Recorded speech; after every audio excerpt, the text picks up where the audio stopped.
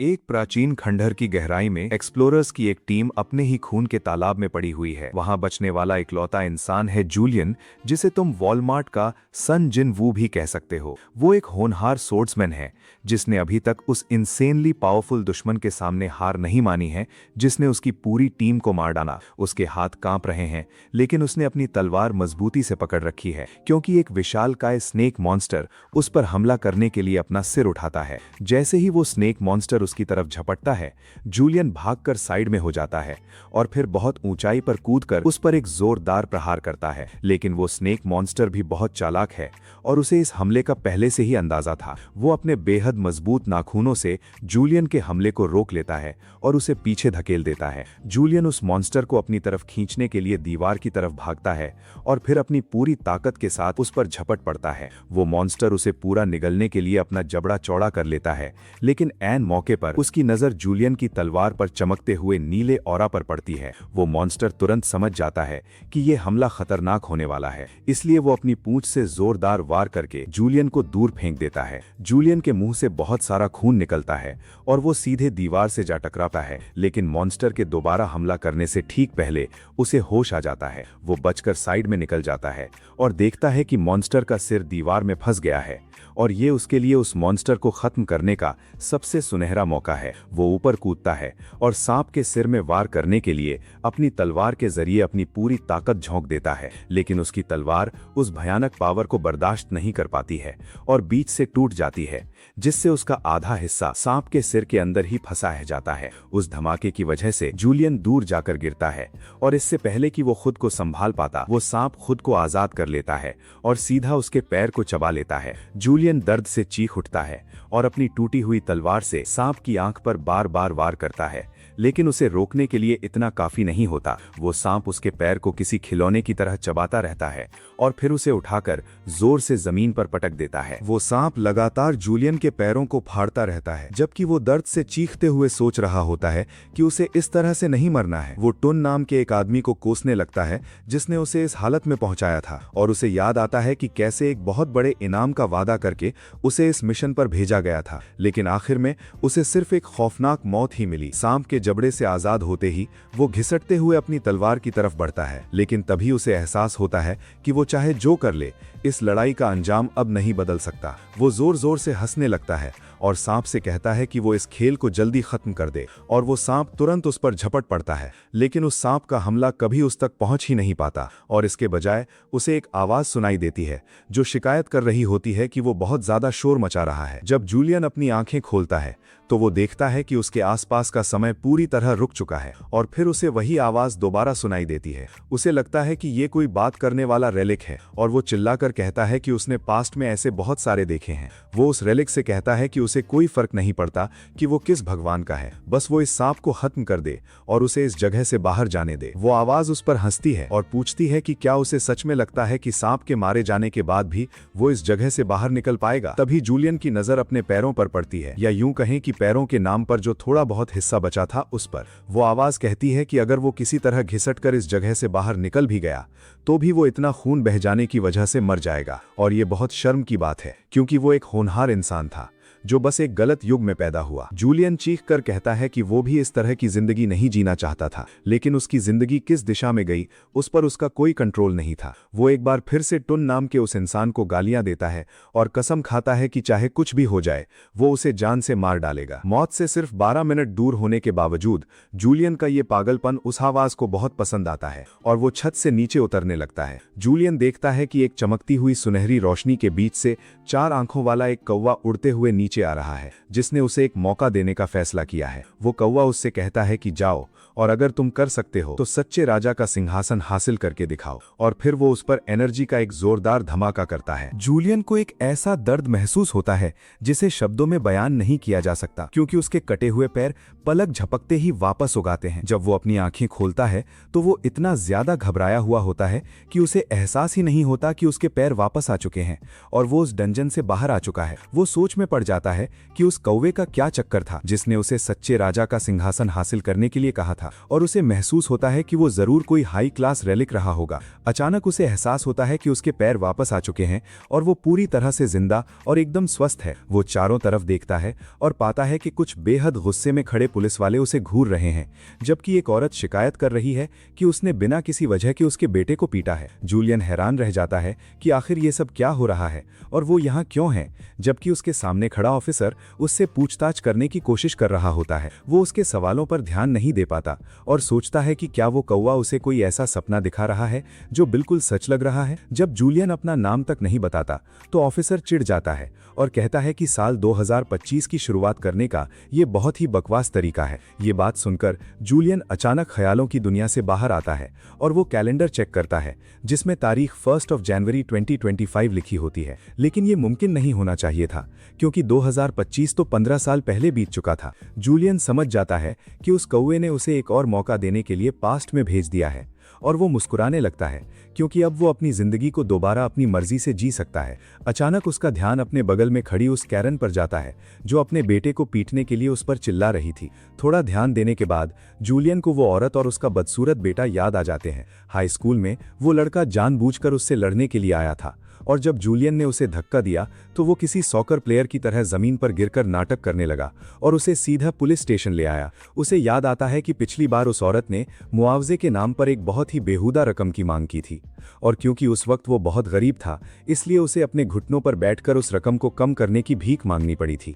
जब वो इन यादों में खोया होता है तभी वो घमंडी बुढ़िया उससे कहती है कि जब कोई बड़ा बात कर रहा हो तो ध्यान देना चाहिए। वो उसे थप्पड़ मारने की कोशिश करती है लेकिन जूलियन का शरीर अपने आप हरकत में आ जाता है और वो उसका हाथ रोक लेता है जिससे वहां मौजूद हर कोई हैरान रह जाता है। लेकिन सबसे ज्यादा हैरानी खुद जूलियन को होती है ये देखकर कि उसका शरीर अभी भी लड़ना नहीं भूला है। वो तय करता है कि इस बार वो चीजों को एक बिल्कुल अलग तरीके से हैंडल करेगा और उस कैरन को चुप रहने के लिए कहता है क्योंकि लड़ाई की शुरुआत उसके बेटे ने की थी। वो उससे कहता है कि वो अपने बेवकूफ बेटे को पड़े एक थप्पड़ के लिए कुछ ज्यादा ही मुआवजा मांग रही है और ये बात साबित करती है कि अमीर लोग इस दुनिया के सबसे लालची इंसान होते हैं। ये सुनकर उस औरत का बेटा चिढ़ जाता है और वो जूलियन की तरफ झपटता है, लेकिन जूलियन बड़ी आसानी से उसकी मुट्ठी पकड़ता है और उसे जोर से जमीन पर पटक देता है। उधर वो औरत पुलिस वालों से उसे तुरंत गिरफ्तार करने के लिए कहती है, जबकि जूलियन अपने मौजूदा हालात को समझने की कोशिश कर रहा होता है। उसका शरीर बहुत तेजी से काम कर रहा है जिससे उसे एहसास होता है कि उसकी पिछली जिंदगी में रेलिक इस्तेमाल करने से होने वाली बीमारी का असर अभी तक उस पर नहीं हुआ है। इसके अलावा उसे ऐसा महसूस होता है कि पिछले 15 सालों में उसने जो भी कॉम्बैट स्किल्स सीखे थे वो सभी अभी भी उसके पास मौजूद हैं। वो इस बात को लेकर सुपर एक्साइटेड होता है, लेकिन तभी उसे एहसास होता है कि उसने पुलिस वालों के सामने उस लड़के पर हमला करके बहुत बड़ी गलती कर दी है। भले ही सबने देखा था कि वो सिर्फ अपना बचाव कर रहा था। पुलिस वाले उस कैरन से बहस नहीं कर सकते क्योंकि उसके पास बहुत पैसा है और वो जूलियन को हवालात में डाल देते हैं। वो औरत उसे लगातार गालियां देती रहती है और कहती है कि उसके बेटे को चोट पहुंचाने के लिए वो उसके पूरे परिवार को सड़क पर लाकर छोड़ देगी। लेकिन जूलियन को इस बात से कोई फर्क नहीं पड़ता क्योंकि बहुत जल्द ये पूरी दुनिया बदलने वाली है। साल 2025 में पूरी धरती भयानक भूकंपों से दहल गई थी और फिर हर जगह रहस्यमयी टूम्स सामने आने लगे थे। उन टूम्स के अंदर मिथोलॉजी और फिक्शन से जुड़े रिलिक्स मौजूद थे जिन्होंने लोगों की कहानियों में सदियों तक याद रखे जाने के बाद एक असली रूप ले लिया था। जिन लोगों को वो रेलिक्स मिले उन्हें बेहद भयानक और अविश्वसनीय शक्तियां मिल गईं, इसलिए लोग अपने लिए रेलिक्स की तलाश में निकल पड़े। जूलियन भी एक ऐसा ही एक्सप्लोरर था और उसकी किस्मत तब चमक उठी जब उसे आर्कियोलॉजिस्ट का रेलिक मिला जिसने उसे टूम्स और खजानों के बारे में बेहिसाब ज्ञान दे दिया था। उसने सोचा था कि वो अपनी इन नई ताकतों के साथ बहुत नाम और पैसा कमाएगा, लेकिन फिर अचानक हालात बदलने लगे। TKBM नाम की एक बहुत बड़ी कंपनी जिसका लीडर टी जुन क्वान था, उसने इन टूम्स पर अपना कब्जा जमा लिया। उन्होंने आम लोगों को टूम्स में जाने से रोकने के लिए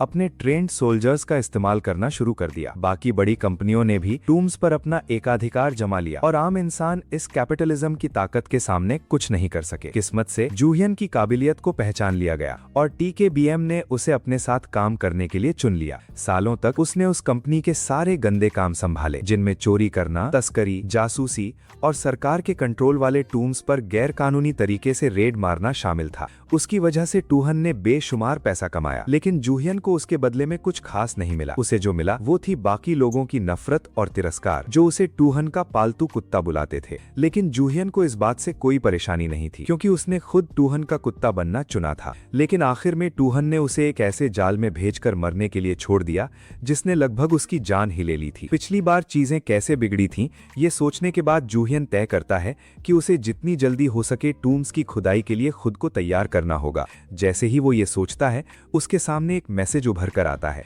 जिसमें उसे एक टूम रेडर और एक निठल्ला चोर कहा जाता है जिसे ठीक से फावड़ा चलाना भी नहीं आता। जूहियन समझ जाता है कि ये उसी 4 आंखों वाले कौवे का काम है और वो उस पर चिल्लाते हुए कहता है कि यहाँ से बाहर निकल जाओ। उस कौवे के बजाय उसके सामने एक और विंडो खुल जाती है जो उसे उसके स्किल्स दिखाती है। वो एक F रैंक स्पाई है जो 1 मीटर के दायरे में किसी भी चीज का पता लगा सकता है। जूहियन ये गेम नहीं खेलने वाला क्योंकि वो पहले से ही खुद को सन जिन वू की सस्ती कॉपी महसूस कर रहा है और वो नहीं चाहता कि उसकी कहानी अगली सोलो लेवलिंग बन जाए। वो उस विंडो पर मुक्का मारता है और वो गायब हो जाती है, लेकिन तभी उसके सामने एक और स्क्रीन आ जाती है जो उसे टूम रेडर के 4 स्किल्स को अनलॉक करने का मिशन देती है। जूहियन इस बात से बिल्कुल भी खुश नहीं होता और तभी वो पुलिस वाला उसे चुप रहने और अपनी स्किज़ोफ्रेनिया की दवाइयां लेने के लिए कहता है क्योंकि वो हवा से बातें कर रहा था। जूहियन समझ जाता है कि कोई भी उसकी सिस्टम विंडो को नहीं देख सकता और तभी उसकी नजर अपने पास मौजूद एक कॉकरोच पर पड़ती है। उसका स्किल उसे उस कॉकरोच की सारी डिटेल्स एकदम साफ साफ देखने की इजाजत देता है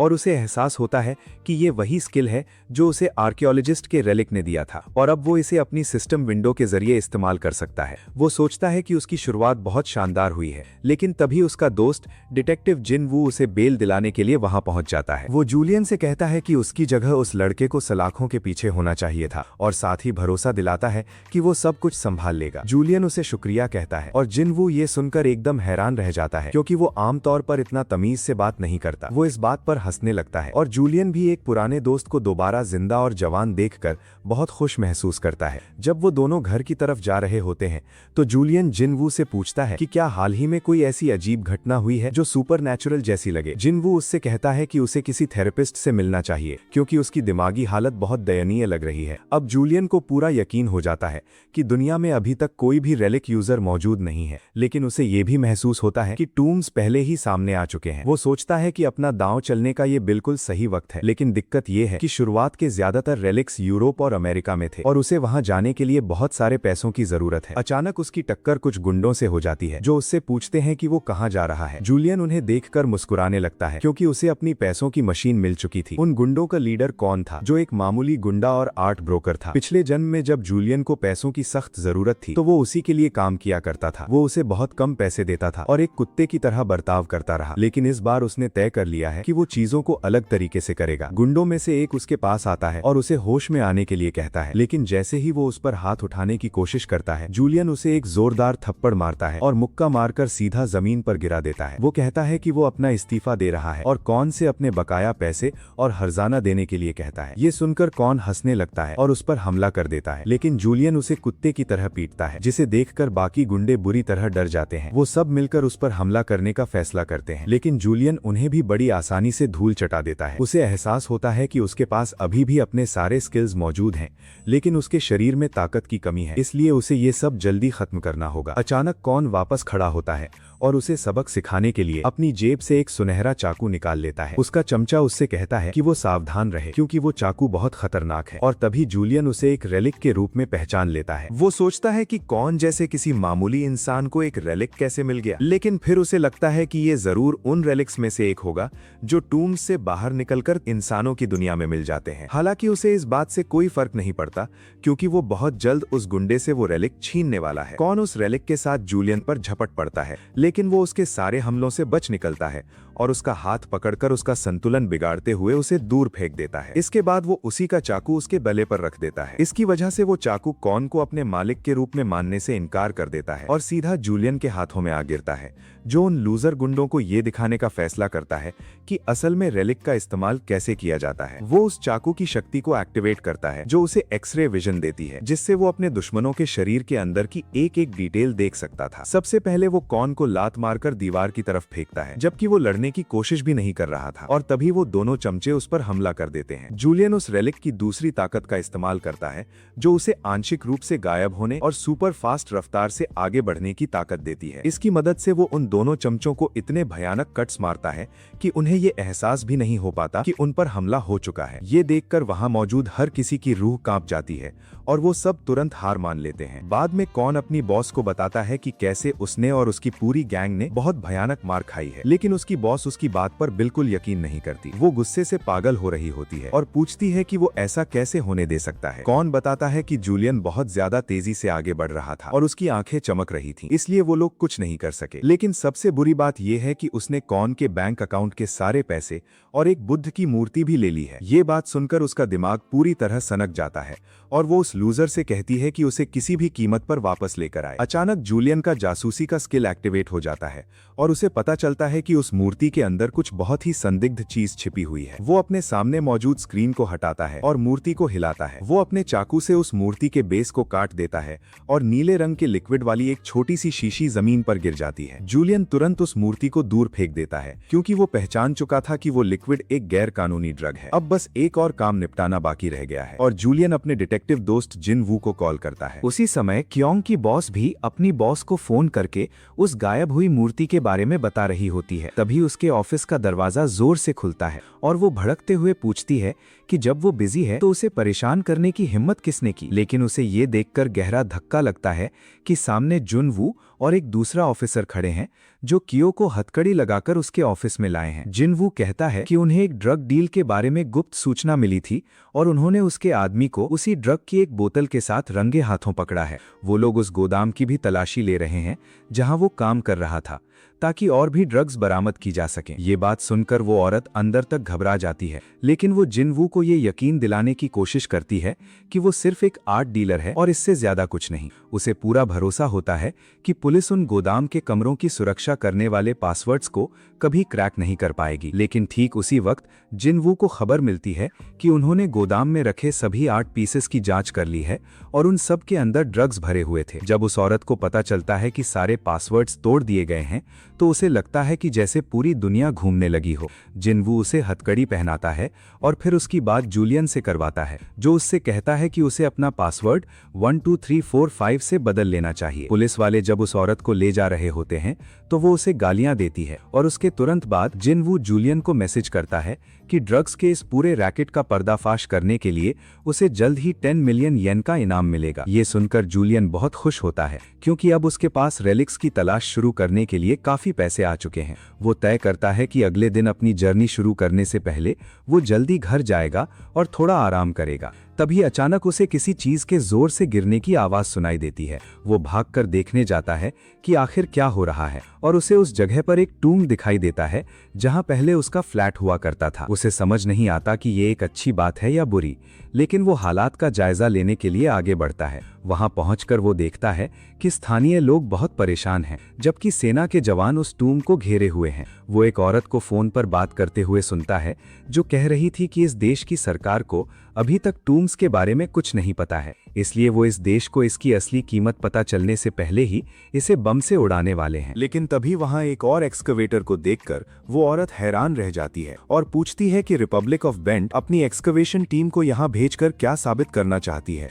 केंशी नाम का वो आदमी उस औरत लिंडा से पूछता है कि वो यहाँ क्या कर रही है, क्योंकि यूनाइटेड स्टेट्स को भी यहाँ नहीं होना चाहिए था। जब वो दोनों इस बात पर बहस कर रहे होते हैं कि इस टूम का खजाना किसे मिलेगा, जूलियन मन ही मन बहुत घबरा जाता है, क्योंकि वो CIA और रिपब्लिक ऑफ बेंट के यहाँ होने के लिए बिल्कुल भी तैयार नहीं था। हालांकि जब वो देखता है कि वो लोग उस टूम को बम से उड़ाने का प्लान बना रहे हैं तो उसे एहसास होता है कि वो लोग कोई एक्सपर्ट नहीं है और इससे उसका काम काफी आसान हो जाता है। अचानक उसकी नजर सड़क पर चमकते हुए लाल अक्षरों पर पड़ती है जो उसके पास से शुरू होकर सीधे उस टूम की तरफ जा रहे थे। वो उन्हें टूम ग्लिफ्स के रूप में पहचान लेता है, जो किसी भी टूम के इंस्टा बायो की तरह काम करते हैं। अगर कोई इंसान इन्हें समझ ले तो वो उस टूम के दरवाजे और उसके अंदर मौजूद सारे ट्रैप्स के बारे में सब कुछ जान सकता है। वो उन ग्लिफ्स का पीछा करते हुए उनके केंद्र तक पहुंचता है और जैसे ही वो उन्हें पढ़ना शुरू करने वाला होता है उसके सामने सिस्टम विंडो आ जाती है जो उसे एक्सपर्ट क्रिप्टोग्राफर का टाइटल देती है। ये उसके फ्रैंक स्किल लिंग्विस्टिक्स को भी अनलॉक कर देती है,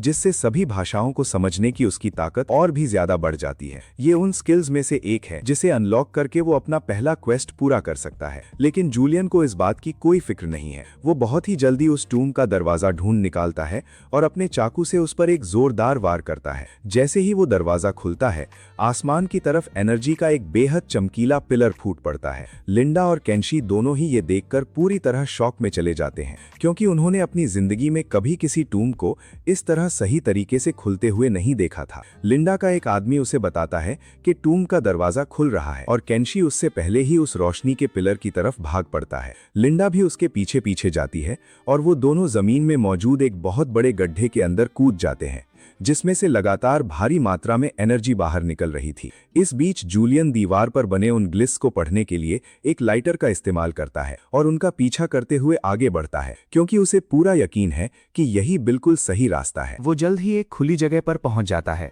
जिसके बीचों बीच एक साफ पानी की झील मौजूद थी, और ये बिल्कुल वही जगह है जहां वो आना चाहता था। वो उस झील की तरफ देखता है और पूरे कॉन्फिडेंस के साथ अपना चाकू उसके अंदर फेंक देता है, क्योंकि उसे यकीन था कि ये तरकीब काम कर जाएगी। जैसे ही वो ऐसा करता है, उस झील में से एक बहुत ही विशालकाय और बात करने वाला सांप बाहर निकलता है और पूछता है कि इस बार किस बेवकूफ ने अपना खजाना इस झील में गिरा दिया है। जूलियन उस सांप का ध्यान अपनी तरफ खींचने के लिए हाथ हिलाता है, लेकिन वो जूलियन के इस ढीले ढाले रवैये से कुछ खास खुश नहीं होता। हालांकि वो उसे खाने का कोई इरादा नहीं रखता और आराम से उसके पास आकर अपना मुंह खोलता है। वो उससे पूछता है कि इनमें से उसका चाकू कौन सा है, सुनहरा वाला या चांदी वाला। जूलियन बहुत अच्छे से जानता है कि इस टूम का रेलिक सोने और चांदी की कुल्हाड़ी है, जो उस लकड़हारे की मशहूर कहानी से लिया गया था जिसने अपनी कुल्हाड़ी खो दी थी, और फिर उसकी ईमानदारी की वजह से उसे 2 और कुल्हाड़ियां इनाम में मिली थीं। जूलियन को यह भी पता है कि इस ट्रायल को पार करने के लिए उसे क्या करना होगा, इसलिए वो उस सांप से कहता है कि उन दोनों में से कोई भी चाकू उसका नहीं है। इसके बाद वो सांप उसका असली चाकू बाहर निकालता है और पूछता है कि क्या उसे यही वाला चाहिए। जूलियन जानता है कि अगर उसने हाँ कहा तो उसे अपना चाकू और इस टूम का रेलिक दोनों वापस मिल जाएंगे, लेकिन वो इस काम को आसान तरीके से करने के मूड में बिल्कुल नहीं है। वो उस सांप से पूछता है कि क्या वो चाकू को पास से देखकर पक्का कर सकता है, और सांप को इस बात से कोई दिक्कत नहीं होती। जूलियन चलकर उसके पास जाता है और जैसे ही उसे अपना चाकू मिलता है, वो तुरंत उस सांप पर हमला कर देता है, जिससे उसे फिजिकल और इमोशनल दोनों तरह का भयानक डैमेज पहुंचता है। वो दर्द में उससे पूछता है कि जब वो सिर्फ अपना काम कर रहा था तो उसने उस पर हमला क्यों किया। इस पर जूलियन जवाब देता है कि वो उस जैसी चीजों पर कभी भरोसा नहीं करता। वो सांप उसे चारों तरफ से घेर लेता है, जबकि जूलियन कहता है कि इस बात की कोई गारंटी नहीं है कि इस ट्रायल को पार करने पर उसे कोई इनाम मिलेगा ही, और अगर उसे रेलिक मिल भी गया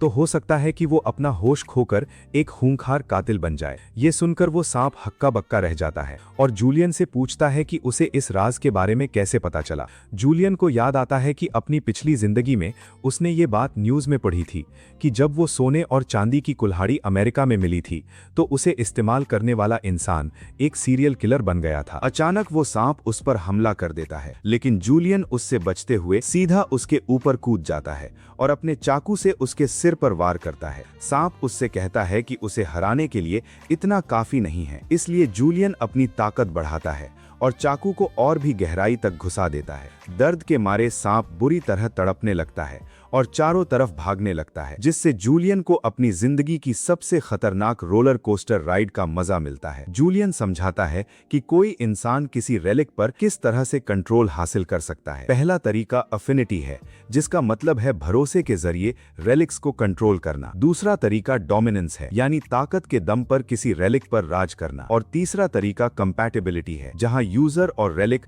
दोनों एक दूसरे के लिए ही बने होते हैं। फिलहाल वो उस सांप पर डोमिनेंस इस्तेमाल करने की कोशिश कर रहा है, जो हार मानने को तैयार नहीं है और जूलियन को नीचे गिराने के लिए सीधा झील के अंदर छलांग लगा देता है। वो सांप चाहे कितनी भी तेजी से या पागलों की तरह क्यों ना हिले, जूलियन उसे मजबूती से पकड़े रहता है और उससे कहता है कि या तो वो उसकी बात मान ले या फिर वो उसे पूरी तरह तबाह कर देगा। वो सांप पागलों की तरह छटपटाते हुए उसे रुकने के लिए कहता है और तभी उसके शरीर की धारियां सुनहरी होने लगती हैं और एक एक करके उसके शरीर से झड़ने लगती हैं। इसके साथ ही उसका पूरा शरीर पानी में बदल जाता है और वो पानी सोने और चांदी की कुल्हाड़ियों का रूप ले लेता है। जूलियन इस बात से बहुत खुश है कि उसे बिना किसी साइड इफेक्ट के वो रेलिक्स मिल गए। उसकी सिस्टम विंडो उसे बताती है कि उसने टूम सर्वाइवर का टाइटल हासिल कर लिया है और उसे टूम एक्सकवेशन नाम का एक नया स्किल मिला है जो टूम्स को समझने की उसकी ताकत को और बढ़ा देता है। जूलियन बहुत खुश है क्योंकि अब उसे अपना क्वेस्ट पूरा करने के लिए सिर्फ एक और स्किल अनलॉक करना है। जब वो अपने स्टैट्स के बारे में और जानने के लिए स्क्रीन्स के साथ छेड़छाड़ कर रहा होता है तो उसके सामने एक और स्क्रीन उभरती है जो बताती है कि उसे अब्यूजर ऑफ रेलिक्स का एक नया टाइटल मिला है। ये टाइटल उसकी डोमिनेंस पावर को बढ़ा देता है लेकिन उसकी अफिनिटी को कम कर देता है। जूलियन को इस बात से कोई फर्क नहीं पड़ता क्योंकि वो इस जिंदगी में वैसे भी सभी रेलिक्स को अपने पैरों तले रखना चाहता है। ठीक उसी वक्त उसे बाकी दोनों एक्सप्लोरर्स के वहां आने की आवाज सुनाई देती है, इसलिए वो छिप जाता है और केंशी को झील में एक रेलिक फेंकते हुए देखता है। जूलियन को उस पर तरस आता है क्योंकि उसे ये पता ही नहीं है कि इस टूम को पहले ही पार किया जा चुका है, लेकिन वो उसे तड़पता हुआ देखने के लिए वहां नहीं रुकता। इस बीच केंशी का सब्र टूटने लगता है क्योंकि एक भविष्यवक्ता ने उससे कहा था कि उसे ट्रायल शुरू करने के लिए बस झील में एक रेलिक फेंकना होगा। लिंडा उससे पूछती है कि क्या रिपब्लिक ऑफ बेंट के पास कोई प्रोफेसी रेलिक होने की अफवाहें सच हैं, और वो इस बात से साफ इनकार कर देता है जबकि उसका राज पहले ही दुनिया के सामने आ चुका था।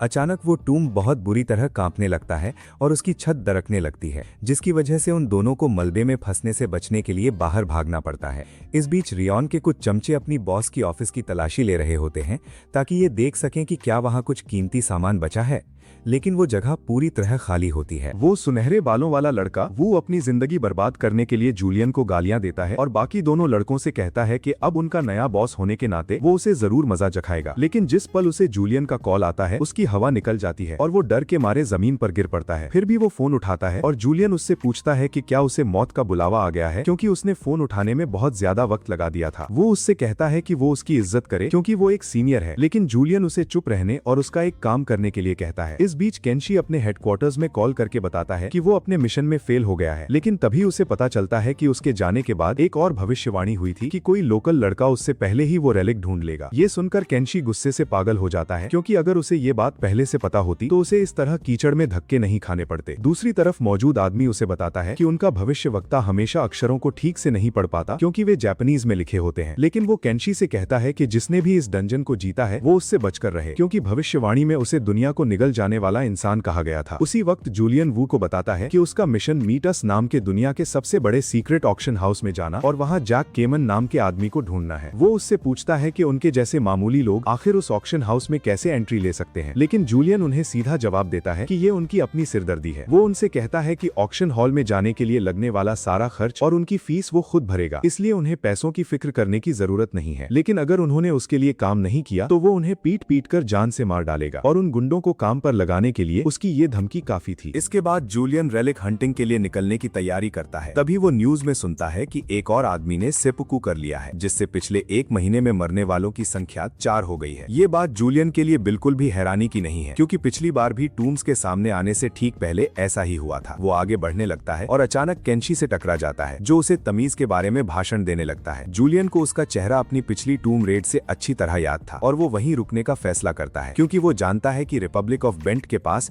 एक प्रोफेसी रेलिक है। इसका मतलब है कि अगर केंशी यहाँ है तो बहुत जल्द यहाँ एक टूम भी सामने आने वाला है। वो ये भी देख सकता है कि केंशी के पास एक रेलिक है क्योंकि वो अपने ऑरा को छिपाने की थोड़ी सी भी कोशिश नहीं कर रहा है। जूलियन जानबूझकर उसे इग्नोर करता है ताकि वो उसे चिढ़ा सके और जैसे ही केंशी उसे रोकने की कोशिश करता है वो अपनी बियर उसके चेहरे और कपड़ों पर छिड़क देता है जिससे वो बुरी तरह भड़क जाता है। केंशी उससे कहता है कि वो अपनी ड्राई क्लीनिंग के लिए दुआ करे, लेकिन जूलियन जवाब देता है कि वो तो बस एक गरीब कॉलेज स्टूडेंट है। वो केंशी का रेलिक चुराते हुए उसके कंधे थपथपाता है और उसे शांत होने के लिए कहता है और फिर उसे पीछे हटाने के लिए जानबूझकर अपनी आईडी जमीन पर गिरा देता है। ठीक तभी जमीन कांपने लगती है और आसमान काला हो जाता है और जूलियन समझ जाता है कि आसपास ही एक और टूम प्रकट हो चुका है। वो उसे ढूंढने के लिए दौड़ पड़ता है जबकि केंशी इस बात से बहुत खुश होता है कि एक और भविष्यवाणी सच साबित हो गई। लेकिन तभी उसे अपने ऑफिस से कॉल आता है जो उसे एक और भविष्यवाणी के बारे में बताता है कि जिस जापानी लड़के को सोने और चांदी की कुल्हाड़ी मिली थी वो आसपास ही मौजूद है। ये सुनकर केंशी के पैरों तले जमीन खिसक जाती है, लेकिन जैसे ही वो दूसरी भविष्यवाणी सुनता है जिसमें उसे शराब से बचकर रहने के लिए कहा गया था वो तुरंत समझ जाता है कि जूलियन ही वो इंसान है जिसे वो ढूंढ रहा है।